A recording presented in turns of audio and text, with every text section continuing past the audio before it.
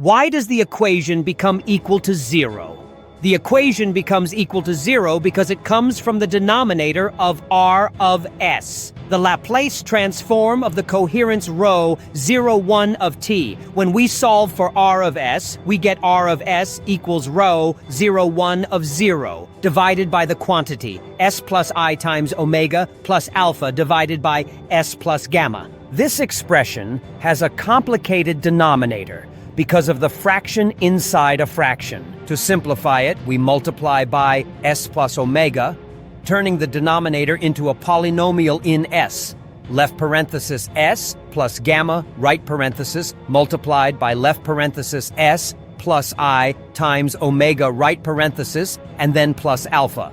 Multiplying out gives a term with s squared, a term with s, a constant term, so the denominator becomes s squared plus the quantity I times omega plus gamma multiplied by s plus the quantity I times omega times gamma plus alpha. Now here is the key reason for equals 0.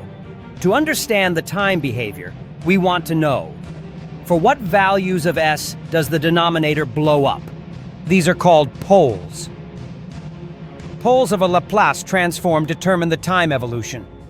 They give you the exponentials, e raised to the power of s times t, that appear in the solution.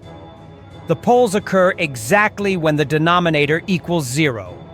This is why we set it equal to 0. This is not arbitrary. It comes from the definition. Poles of a rational function occur when the denominator is equal to 0.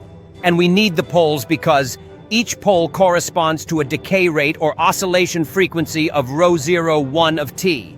So setting the denominator equal to 0 lets us extract the two solutions. And these S1 and S2 produce the time domain coherence.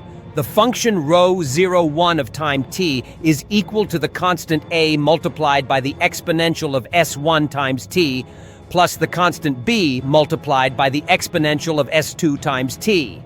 What does the denominator blows up mean? Plain words. It means that the denominator becomes 0, so the whole fraction shoots to infinity, or becomes undefined. When the denominator goes to 0, the function has an infinite spike. This is called a pole.